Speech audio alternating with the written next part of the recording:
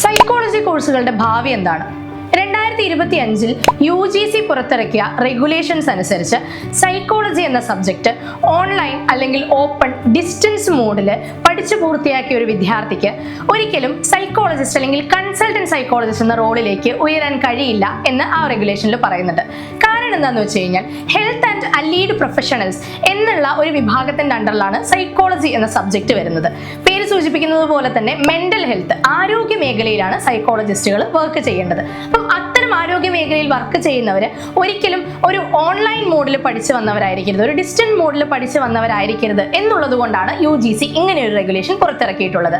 അതുകൊണ്ട് തന്നെ ഇഗ്നു പോലുള്ള ഓപ്പൺ യൂണിവേഴ്സിറ്റികൾ ഇപ്പോൾ 2026 മുതൽ സൈക്കോളജിയിൽ അഡ്മിഷൻസ് എടുക്കുന്നില്ല. അപ്പം നിങ്ങൾ എവിടെയെങ്കിലും ഇത്തരം ആഡുകൾ നമ്മൾ സൈക്കോളജിസ്റ്റ് ആകാം, മനഃശാസ്ത്രജ്ഞനാകാം ഇത്തരം ആഡുകൾ കാണുന്നുണ്ട് എങ്കിൽ ഒരിക്കലും ആ ചതിക്കുഴിയിൽ വീഴരുത്.